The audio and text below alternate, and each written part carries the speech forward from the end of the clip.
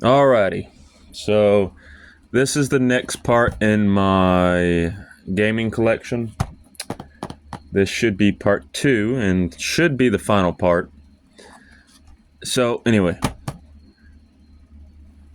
this is the next one I want to look at because I have a lot to say about God of War 2. Like, a lot to say. And the reason I have a lot to say is because this game was the specifically second rated mature game I ever played. The third one being Resident Evil 4. But, hot take, I don't really think the original Resident Evil 4 holds up at all in this day and age. And that's just because, in my opinion, after playing the Resident Evil 4 remake on PS4 and PS5, I just could not go back to the original. But I do want to go back to the original at some point and replay it. But back to God of War 2. So, here's the funny thing. God of War 2 might be my second favorite PS2 game of all time. The first one being Ratchet and Clank Going Commando, because I love that game to pieces.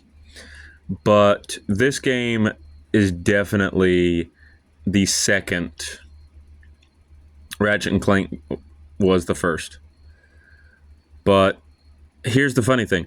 I have played this game to completion more times than almost any other PS2 game I've ever owned.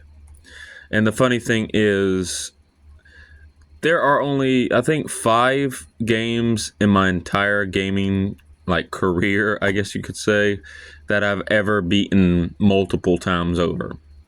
The first one would be Ratchet and Clank Going Commando, because I have beaten that game multiple times.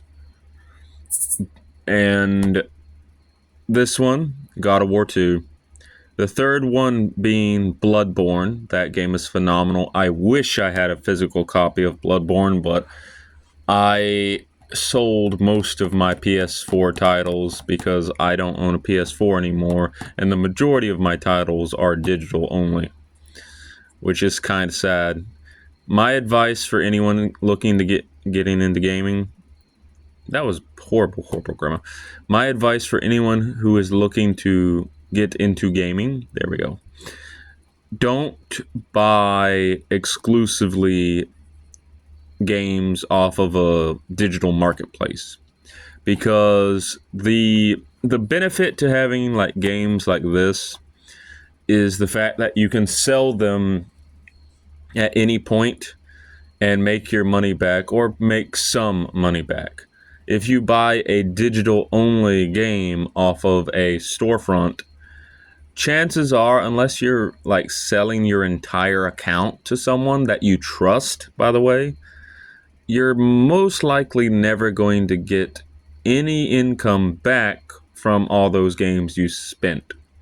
And in my gaming youth, from ages, I think, 12 to probably 17 or 18, most of my games were digital only games, from PS3 to late PS4 and early PS5. All of my games were primarily digital because it's convenient. It's convenient to buy a game digital and have access to it whenever you want to. But the downside is you don't own a physical disc. You don't own that game. You only own a license for that game. So if the storefront shuts down, you can't access that game ever again. As long as it's downloaded, yes. But if your game gets corrupted, if the game gets delisted, often if a game gets delisted and cannot be sold ever again, they will literally take it from your library regardless, and that's it. They sometimes don't even refund you. But there's some pluses and minuses to digital games, or getting games digitally. But from my experience, someone who bought over 700 digital only games from ages like 13 all the way to 18 and had a collection that would make any gamer like blush, it's just not the greatest because I don't have a PS4 or 5 anymore. I sold it. I needed the income. And all my games are trapped in the online store. And I found out most recently that like they're not going to like be supporting PS4 anymore. So there goes the PS4 marketplace. So that's probably about 250 of my games just up in smoke. But anyway, back to this. So,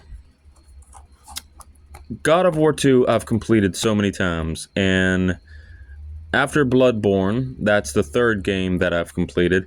Dark Souls 2, Scholar of the First Sin, phenomenal game. One of my favorite Souls games ever created. And finally, it would be Dragon's Dogma Dark Arisen. But those are the only games like right off the bat. And Metal Gear Solid 2. Metal Gear Solid 2, in my opinion, is the best Metal Gear Solid. However, it's not the best to replay these days, mainly because the codec calls are just way too extensive. Like Metal Gear Solid 2 has some of the best gameplay in the entire series, but it has some of the worst pacing in the entire series. But I still love that game to pieces and have completed it like 8-9 times. So I have completed God of War so many times to the point where I know where all of the like little extra secrets are, the chests and stuff. And it actually wasn't until recently that I figured out where all the urns and the secret unlockables are. There are a ton of unlockables in this game that are hidden, and you have to beat the game before you can use them. And I've only uncovered some of them while playing as a kid, but I've been playing this one recently again, and I've actually noticed little secret areas easier, and it's just easier to find the urns. But some of these urns that are hidden in this game are complete and utter evil locations, like evil.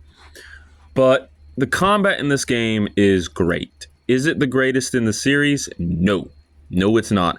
I actually think the PSP games have some of the best combat in the entire series.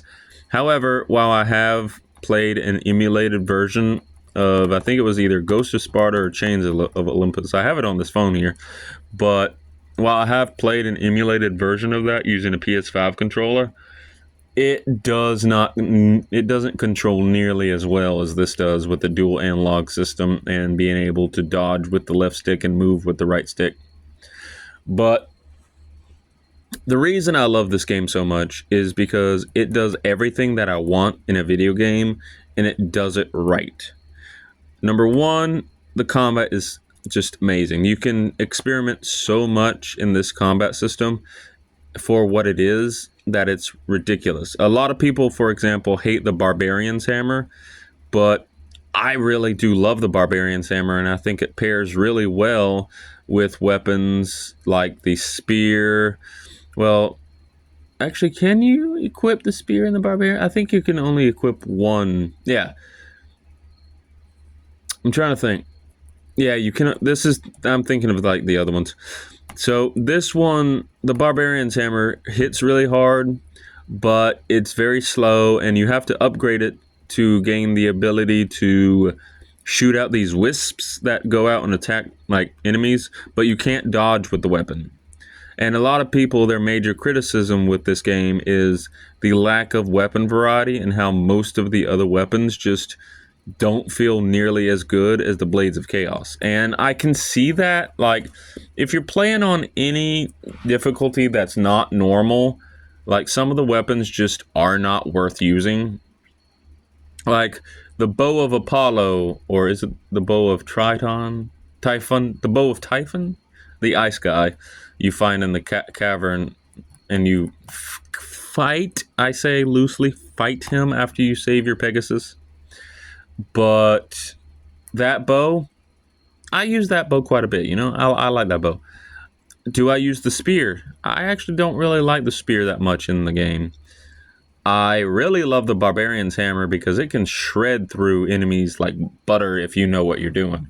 You just have to time your blocks and you have to time your like wisps accordingly, and you do have to switch back and forth between the Blades of Chaos and the Barbarian Hammer. But the combat in this game is very free flow. It's not like Batman level quality or Devil May Cry level quality, but it is still good, and I love it. Not only that, but for an adventure title, this is not a hack and slash. This is classified as an adventure title. For an adventure title, this game has damn good pacing. Like, damn good. Like, I can play this game for 7-8 hours at a time and not get bored a single second because the pacing is that good. There are a few like puzzles that go on for a little bit, like a little too long, so I wouldn't say the pacing is absolutely perfect, but it has some of the best pacing a hack and slash adventure game title has, and I've played quite a few of them. That and this game is definitely one of the best looking games on the PlayStation 2. I do suggest playing this with a modded PS2 with the disc. So if we open this up, so I do suggest like actually playing on a modded PS2 with the actual disc that can go to 1080p or higher, and maybe get a like refresh rate of maybe 60 frames per second just to make the game look smoother. But still, even if you get a DVD with this, so this is an actual DVD with all the extras and stuff, and normally you would have to get something like this like as a collector's edition, but no, every copy of God of War 2 was packaged like this. Just a 2-disc set, and every God of War had that bonus DVD. So you get a special features disc just for every copy of God of War 2. That was an amazing sell because a lot of people wanted to know how this game was made on this hardware. So yeah, but just the pacing is near perfect. The combat is so like free flowing and like organic. You can play however you want in terms of comboing enemies or just trying to break the game and trying to kill everything as fast as you can. And not only that, but this game is really fun to try to speedrun and get good at. This was the first combat related video game I played that I enjoyed immensely, that I got good at, like really good at. I'm not nearly as good at the combat as I used to be in my youth, but I was dang good at this game, like way too good. And if you see that, that's a rated mature stamp. This was not my first rated mature game. Ironically, my first rated mature game happened to be the Nintendo 64 title Duke Nukem. Is it Duke Nukem 0 Hour? Yeah. So I got that game at a Blockbuster, and I lost the game. So my parents had to go to Blockbuster and pay for the game. And later I found the game, so I played the game again. But this was back when I was probably 8, 7, and I did not know the concept of real versus fake. So long story short, my dad hid the game in the work shed for a good 3 or 4 months, and I happened to find it again and asked if I could play it, and he said, "Do you know the difference between this and real life?" And I said yes. But yeah, there is a reason that this stamp is on these games, because I'm not going to get deep into this topic, but games like this like every game these days is pretty much rated M for mature. I think there's more M games than rated T for teen in every one games these days, because every game looks realistic now. But as a kid, I should not have been playing Duke Nukem 0 Hour, but I was taught a valuable lesson. Games are not real, and games are meant to be played for fun. So after that, I try not to take games seriously, and I just play them for fun. Now, back to this.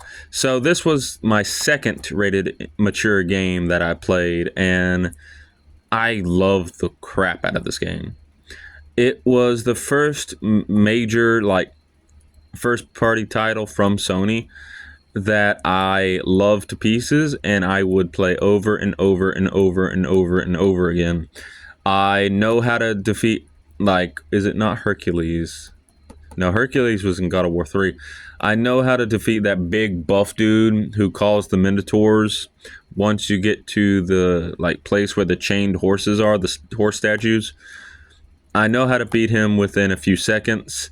I know a glitch that allows you to beat Icarus within a few seconds as well, because I don't really like the Icarus fight. And I know how to defeat the Sisters of Fate and the Mother. I don't know what the the big sister that's in the tower that I can't really describe because of stuff. But I know how to beat them, or knew how to beat them at the time, relatively quickly. But I would always replay this game trying to go for 100% completion, but due to the complexities of the hidden unlockables in this game, I was never able to find all the urns. I think the most urns I ever found growing up was like 2 or 3. Now I'm doing a playthrough of this game again, and I have like maybe, I think, 4 of the urns, and I'm not looking up anything. I'm trying to like do everything as is. But yeah, this game is amazing.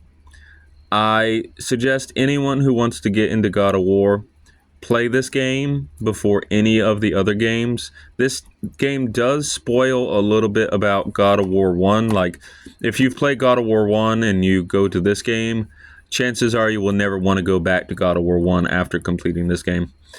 But here's the sad thing. I've never completed God of War 1, so I can't really say that is 100% true or not. But yeah, I love this game. I love it to pieces. It is just phenomenal. I have nothing bad really to say about this game, except for some of the weapons are a little bit lackluster, and the weapon that is supposed to be lackluster for a lot of people happens to be one of my favorites. But yeah, there are very few games that I have played in my gaming life that I don't have any criticisms about, or any real criticisms about. But this is one of them. Maybe another criticism could be that Titan mode is too difficult. Like, you have to, if you want 100% this game, you have to play on Titan mode, and you're going to have to do a lot of new game pluses to make sure you have a max, like, upgraded Kratos before going into Titan mode. Otherwise, you're going to just die instantly. Or you can be a god and just, you're able to, like, defeat everything with one combo or whatnot. But yeah, God of War, perfect game. It is maybe top 3. It's maybe top 3 out of my 10 games of all time. So yeah, really good. Really, really good. Next game, another copy of God of War, but this one has the manual. The discs are mint, meaning you can still see that, like, you see that rainbow kind of effect on the disc lining, like the other games before. Yep, look at that. I have the game again. I had to get the game again, but I had to get a better copy, because this copy is not Like, this copy is not new at all. It still has that rainbow effect, but I think it was this one. Is it? I can't tell. Oh, it is this one. So I don't know if the camera can pick it up. See those scratches, and see that line right there. Yeah. So this disc isn't like mint, but still, if I ever need to have another copy resurfaced or anything, I have 2 copies of God of War. All right, so the next one is Scooby-Doo Night of 100 Frights. Now, this one I got on a whim. So this game I've probably played about 6-7 hours of. I am not nostalgic for this. I've only played it like this year, or rather last year, but I got it alongside Scooby-Doo First Frights. And I played this game because there is a YouTuber, his name is Coley, which used to be my nickname, but he is a speedrunner for this game, and he made this game look really fun. And I got the greatest hits, so there wouldn't be as many glitches or bugs or anything, because this was made in 2001, and typically 2001 games are very buggy. So I always hunt for the greatest hits games if I can.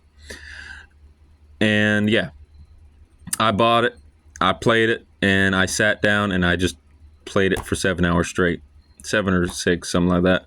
But it's an alright platformer. It's a Metroidvania-esque. In Metroidvania-esque because it's actually not a Metroidvania. Like it's like a fake Metroidvania, but it's a let's just say Metroidvania Lite. It's a Metroidvania Lite, and you are exploring the entire mansion, and that is a great concept because it just makes so much sense to have a Scooby-Doo game where you're exploring one big location. Was the selling point for a lot of people in this game. And the reason I like this game, I don't regret getting this. I don't regret getting any of my games, actually. But the reason I like this game so much is because the movement for Scooby feels phenomenal. Like, I fully understand why people love speedrunning this game, because it feels good to actively play this game. Like, it feels really good to play Scooby-Doo. Like, it just feels really good. You only get to play Scooby-Doo. You do not get to play as Shaggy, Velma, Fred, Daphne. You don't get to play as any of the, like, monsters, whereas in the one I showed from earlier, you do get to play as some other characters and whatnot. So the complete package is there for like Scooby-Doo, like First Frights, but Night of 100 Frights is a phenomenal game. And again, this isn't a mint copy, but it is as close as of a mint copy as possible. You can still see like barely any like wear on the disc. Like, it's still shiny. It still has that sort of rainbow effect when you move it back and forth. But I think the disc has like 2 or 3 scratches in it. But aside from that, it is as mint as you can get. You get the manual too. I believe the manual is in full color. Yeah, look. Like, look at that. Full color. There's Shaggy. Look at that. Full color. But, oh, did I damage the manual? No, I didn't. There we go. But if you're looking to get into speedrunning, get this game. You will not be disappointed. This is another game I would like to stream or just upload videos, like a walkthrough of, and just see where I can go. Because this is another game that I want to complete. I have no nostalgia for it. I only got it like last year. But yeah, this game is probably the best Scooby-Doo game out there, and it's kind of sad actually, because this is it controls really well, but it does show its age. And this is even with the greatest hits version, this game is very, very glitchy. And visually, it's not the best looking like game you can play on modern like systems. I really do playing this on a smaller TV. Get a CRTV because this game doesn't look the best on like high resolution TVs and whatnot. However, I still love this game. I will eventually complete it. And yeah, this game is perfect for intermediate level speedrunners, and it's just so good to control. Like there's not that many platformers that I really like praise the control, but if there's anything this gets right, it's controlling Scooby-Doo. So, fantastic game overall. I don't know why I have this one. Well, actually, I know why I have this one. So, I do play paintball every now and then, and I haven't done it for a long time, but I do play paintball every now and then. And I originally got into paintball when Greg Hastings' Paintball, I think 2 for the PlayStation 3 came out. I just saw it in a sale bin, so I picked it up and I played that game religiously. That was one of my favorite shooters on the PS like 3, but I haven't played that much of this game. I love the crap out of this game, and it's not mint copy. Like you can see how the like silver lining is slightly dulled. It's not as shiny as the other ones, and you can tell like there's some. Is that a paintball logo? What is that?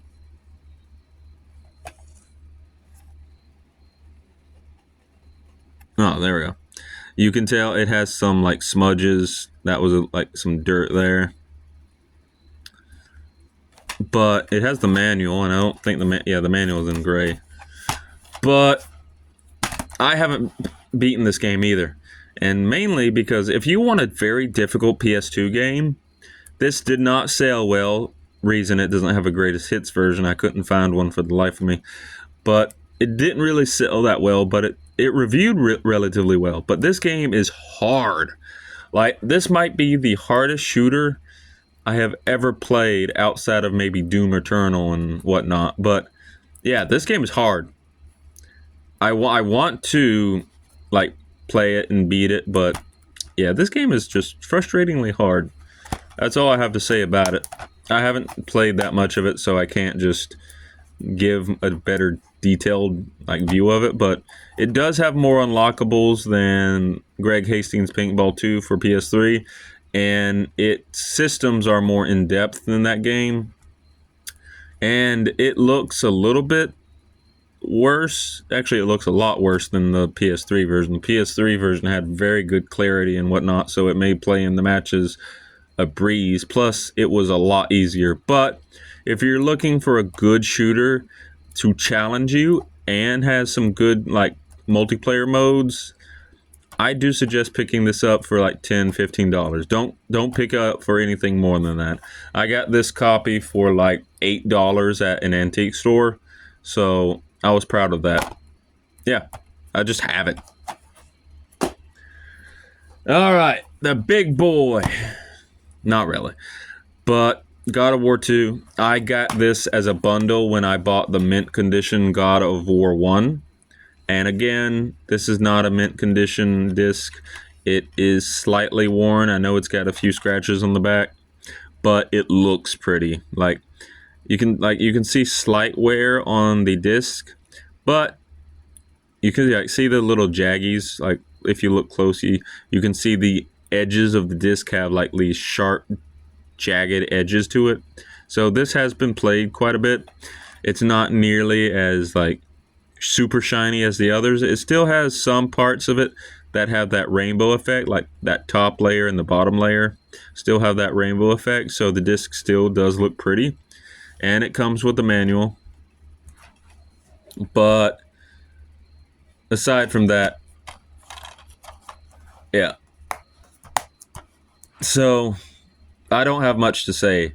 I just have it. I want to play it. I've heard a lot of good things about it, and I will play it eventually. I know this game is a lot gorier than God of War 2, which I know that's weird. Like, what? God of War 2 is super gory and whatnot. No, this has better dismemberment than God of War 2 does, from what I've seen anyway. And this game is also a lot darker and a lot bloodier than God of War 2. And to compare, just look at the box art. Wrong game. Excuse that. So look at the box art here. It's like his blades are on fire. Everything is clean. It's the picture. The artwork is really high quality. And then you look at this, like he's kind of like got these like blood splatters here. He's very dirty. There's a reason why he looks like that. I'm not going to spoil it in it. I'm not going to spoil it unless you play God of War. You'll know why he looks like that. But his like blades are all caked in blood. It's darker. It's darker. This game is also harder to do walkthroughs for obvious reasons. But this is a game I would play in my own time and not really make a video on because I don't have any nostalgia for this game. I just got it when I got the mint condition of God of War 2. But I will play it eventually, and then maybe I'll make another video talking about it. But yeah, God of War 1. Yeah, I have God of War 1. I just don't have that much to say about it. I know it's a good game. It has some issues, but until I actively play it, I can't really criticize it. I do like this like building in the background. The artwork here is really nice and pleasant looking. It's really well detailed. It tells a lot if you pay attention to it. I don't know what this is. I think, oh, that's his chain from his blade. But yeah, God of War 1. All right. We got 2 more. Phantom Brave. Oh, the shadow of my cat. You can see my cat's shadow. That's funny. But yeah, Phantom Brave. I love this game. Specifically, I actually like the PS2 version better than this version. So I got the Wii version. I have the PS2 version, but I only have it on my modded PS2. But I got the Wii version because it has more content in it. However, if you want any of the NIS America like strategy games, get this one. The strategy in this game is phenomenal, like ridiculously phenomenal. Do not get the Wii version. I would actually say get the PSP version, if anything. The reason I say don't get the Wii version is this, you can use a controller for that. So if you want to use a controller, you can use a controller. But the reason I say don't get the Wii version, even though the Wii version is superior to the PS2 version and has better visual fidelity and whatnot, is strictly because the zoom out feature seems to have been taken out completely. So you can't zoom in and out, meaning you are zoomed super close to the like battle at all times, and it makes surveying the battlefield a lot harder. With the PS2 version, you can zoom really out so you can see everything better. However, just give this game a chance. It is by far one of the best strategy like RPGs I've ever played. Just expect to sink in quite a bit of time with this game because, God, this game takes a lot of time to get into. Like, I mean, hundreds of hours if you want to get max rank and whatnot. This game is a grind. Like, this game is a hell of a grind. Like on my PS2 save file, I think I'm at 28 hours, and I'm only like a third or 2/3 through with the story. And then you got all the extra dungeons. You got an infinite dungeon like mode that you can do over and over, which is a necessity for gaining levels.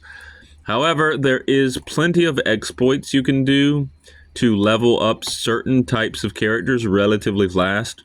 Like this is Marona right here. You cannot level up Marona super fast. However, you can level up Ash and every other character super fast with a few exploits in the combat system. There are certain levels that allow you to fight enemies that periodically level up constantly. So you just level them up, allow them to level up over and over till they hit level 900 or 9,999, and then you use an exploit which is called Big Bang to summon one of your phantoms and blow that like enemy up because say so sorry, I got a phone call. But you can use an exploit to blow up a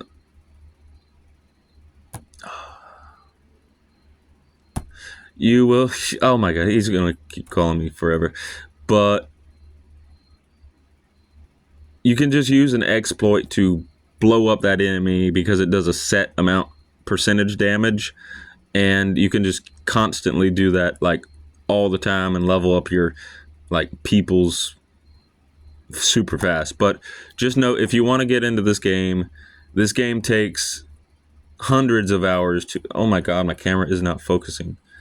This game takes hundreds of hours to actually get into. So great game. I highly like respect this game and love it. I would not put it in my top 10 because like I said, it takes quite a long time to get into, but it's very addicting and it's very fun to break.